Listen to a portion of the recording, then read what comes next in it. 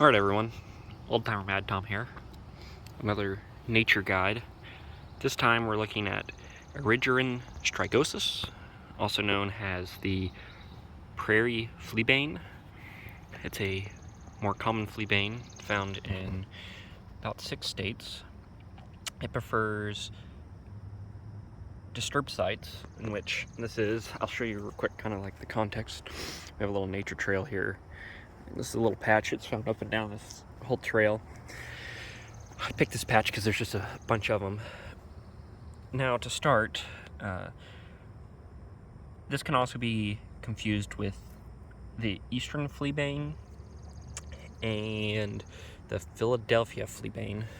To differentiate it, the Philadelphia Fleabane has leaves that, I'm going to try to get a good view of the leaves here, that clasp the stem, or that don't clasp the stem. This one does. You see how it wraps around? So the Philadelphia Fleabane is just going to be solely attached right at that point. Let me zoom back out. And to differentiate it from the Eastern Fleabane, the biggest one is the toothed leaves. I'll show you several of the leaves. Most leaves here that are the Fleabane, not the dandelion. Then I go back to focus. You see how they're mostly smooth? This one is a little toothed. But most of the leaves are smooth. That's how you know it is the Prairie Fleabane. Now the Eastern Fleabane will have very toothed leaves. I wish I could find some to compare it. So this little flower, it's just a neat little common flower.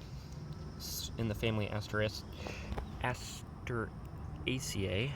Sorry, I'm not very good at Latin, but kind of get the point. I believe some of these have been purple. It might be a different species. I'd have to double check on that.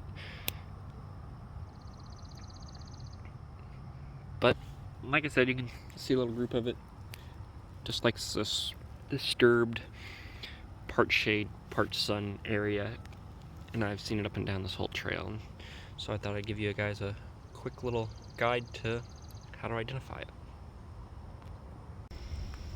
Alright guys, just to make a little correction, I mentioned that some of the fleabanes look purple, but it turns out these are considered oak leaf fleabanes. That's the same first Latin name, Quercifolius.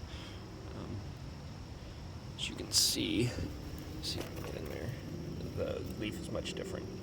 It's kind of like a little oak leaf, a little bit of a stretch if you ask me, but yeah, their flowers are very purple.